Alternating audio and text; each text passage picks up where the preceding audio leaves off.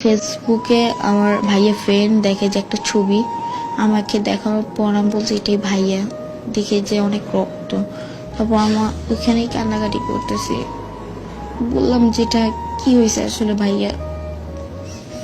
তখন জানি না যে ভাইয়া নাই, আম্মু আমাকে বলে নাই যে তোমার ভাইয়া নাই, কেউ ফোন দিও জানায় নাই।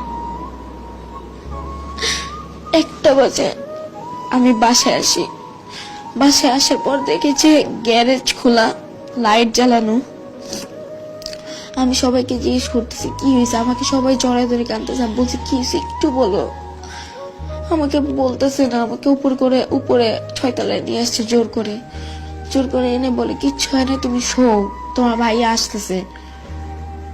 প্রায় 30 মিনিটের মতো শুয়ে আছি, হঠাৎ করে দেখি চিৎকার দিয়ে সবাই কাঁদতেছে। বারান্দায় যাওয়ার পর দেখি যে আম্মু সবাই ধরে আছে কাঁদতেছে। আমি নিচে যেয়ে দেখি কাপড় পরে আছে আমার ভাইটা।